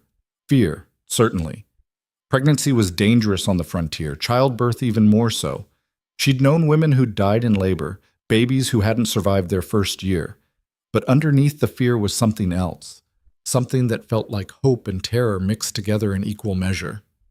I don't know, Clara said honestly. I never thought, after Thomas, I never imagined I'd want children. The idea of bringing a child into a world this harsh seemed cruel. And now? Clara thought about the ranch, about the community they'd built, about Koa and the life they'd created together. Now it feels different, she said slowly. Still scary, still dangerous, but also like maybe there's enough good here to balance the hard. Sarah sat down across from her, her expression gentle. Children are always a gamble, she said quietly, but they're also hope made flesh, a bet that the future will be worth living in. Clara nodded, her hand moving unconsciously to her still flat stomach. How do I tell Koa? She asked. Sarah smiled. Honestly, that's all that ever works. Clara told him that evening as they sat on the porch watching the sunset. I'm pregnant, she said simply, no preamble or softening. Koa went absolutely still. Then slowly, carefully, he turned to face her. You're sure? Sarah confirmed it today. Koa's hand moved to her stomach, hovering just above the fabric of her dress, as if afraid to make contact. May I? He asked softly. Clara guided his hand to rest against her belly, both of them marveling at what was invisible but undeniably real. How do you feel? Koa asked. Terrified, Clara admitted. But also happy? Is that strange? No, Koa said, his voice rough with emotion. It's not strange at all. He pulled her close, his face pressed against her hair. We're going to have a child, he said, as if testing the reality of the words. A person who's part of both of us, part of everything we've built. Clara felt tears slipping down her cheeks. What if something goes wrong? Childbirth is dangerous, I know. Koa pulled back to look at her directly. But you're strong, Clara. Stronger than anyone I've ever known. And you won't be alone. We'll get Sarah to help. And Margaret. And anyone else who's ever delivered a baby. What if the child is rejected? Clara asked, voicing the fear that had been growing since she'd first suspected. Neither fully white nor fully Comanche. Belonging nowhere. Koa's expression hardened with determination. Then we'll teach them to make their own place. To be proud of who they are.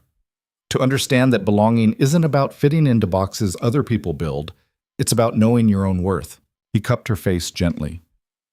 This child will be loved, Clara, completely, unconditionally, no matter what anyone else thinks or says. I promise you that. Clara believed him. Looking into his eyes, seeing the fierce protective love already there for a person who barely existed yet, she believed him completely. Okay, she said, taking a shaky breath. We're going to be parents. Koa's smile was brilliant and terrifying and full of hope. Yes, he said, we are. The pregnancy progressed through fall and into winter. Clara continued working as long as she physically could, then reluctantly accepted help as her body changed and grew heavy. The community that had helped rebuild the ranch rallied again. Margaret brought baby clothes her own children had outgrown.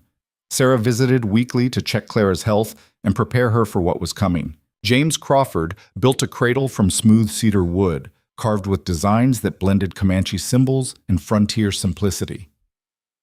Even people Clara barely knew sent gifts, blankets, preserves, offers of help when the baby arrived. It was overwhelming and humbling and proof that what she and Koa had built mattered beyond just their own lives. But not everyone was supportive. There were still those in Cedar Springs who muttered about sin and impropriety, who called Clara's pregnancy proof of moral degradation, who predicted the child would be cursed or simple-minded or worse. Clara ignored them.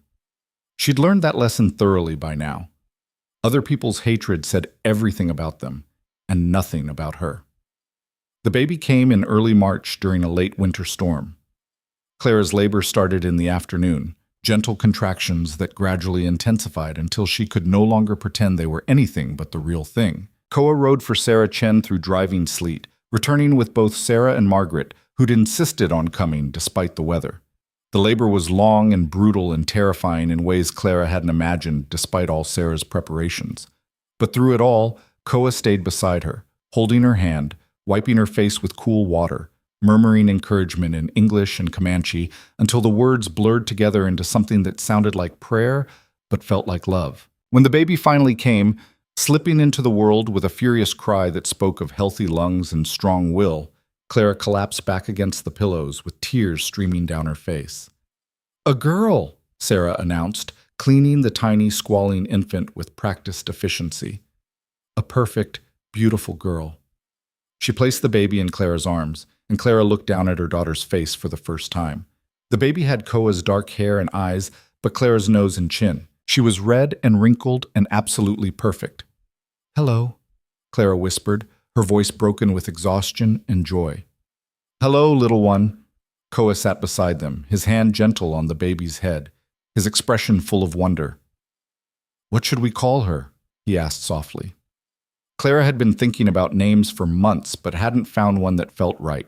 Now, looking at this tiny person who represented everything they'd fought for and everything they hoped to build, one name rose to the surface. "Hope," she said. "I want to call her Hope." Koa's eyes met hers, understanding the significance immediately. "Hope Redhawk Whitmore," he said, giving her both their names, refusing to choose between worlds.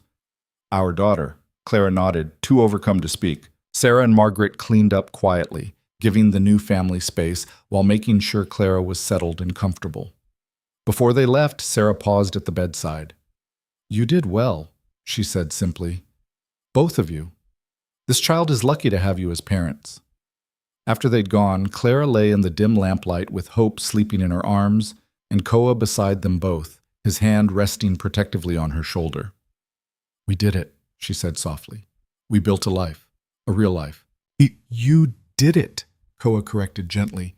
"You chose to fight when everyone expected you to surrender. You refused to accept what the world said you deserved. You made space for something real." Clara shook her head. "We did it together. I couldn't have survived without you." "Maybe," Koa acknowledged, "but you would have tried. That's who you are." They sat in silence for a while, watching Hope sleep with the kind of fierce protectiveness that only new parents understand. "What kind of world are we giving her?" Clara asked quietly. "It's still so harsh, still so full of hatred and judgment." "It is," Koa agreed. "But it's also full of people like Sarah and Margaret and James. Full of folks who are tired of the old ways and ready for something different." full of possibility. He paused, his hand moving to trace Hope's tiny fingers. We can't promise her an easy life, but we can promise her an honest one. One where she's loved for exactly who she is, where she learns that strength comes from choosing kindness over cruelty, from building community instead of walls, from refusing to let other people's fear define her worth. Clara felt fresh tears slipping down her cheeks. I love you, she whispered. I love you too, Koa replied. Both of you. More than I have words for. The years that followed weren't easy. The frontier never promised easy. There were droughts and harsh winters. There were still people who muttered behind their hands about the mixed-race child growing up on the Whitmore Ranch. There were struggles with money and crops and the constant battle to keep the ranch productive. But there were also moments of profound joy. Hope's first steps, taken between Clara and Koa in the rebuilt barn. Her first words, a blend of English and Comanche that made both parents laugh. The way she learned to ride before she could properly walk, fearless in a way that terrified Clara and filled Koa with pride. The ranch continued to grow, not into something grand or wealthy, but into something sustainable, something that provided enough. More importantly, it became known as a place where people who didn't fit elsewhere could find welcome. Families fleeing reservations would stop for rest and supplies. Women escaping bad marriages would find temporary shelter. People of mixed heritage, like Hope, would discover a community that saw their dual identity as strength rather than shame. Clara and Koa built something bigger than just a ranch. They built proof that different ways of living were possible, that love could transcend the boundaries society tried to enforce, that community could be chosen rather than inherited. On Hope's 5th birthday, Clara stood on the porch watching her daughter play in the yard with 3 other children whose families had settled nearby, all of them drawn to the area by stories of the Whitmore Ranch, where difference was celebrated rather than punished. Koa came up behind her, his arms wrapping around her waist. What are you thinking about? He asked. Clara leaned back against him, watching Hope's bright laughter as she chased the other children. About that first day I arrived here, she said quietly, as Thomas Whitmore's mail-order bride. How terrified I was. How I thought I was trading one prison for another. She paused, feeling the weight of everything that had happened since. If someone had told me then that I'd find happiness here, real happiness, I would have thought they were insane. Are you happy? Koa asked softly. Clara turned in his arms to face him directly. Yes, she said simply. Not because life is easy. Not because we don't still face challenges, but because I chose this. Every piece of it. The land, you, Hope, this community. I chose all of it freely. She touched his face gently, and that makes even the hard days worth it, because they're mine. Koa kissed her, a gentle press of lips that carried a decade of shared history and the promise of decades more to come.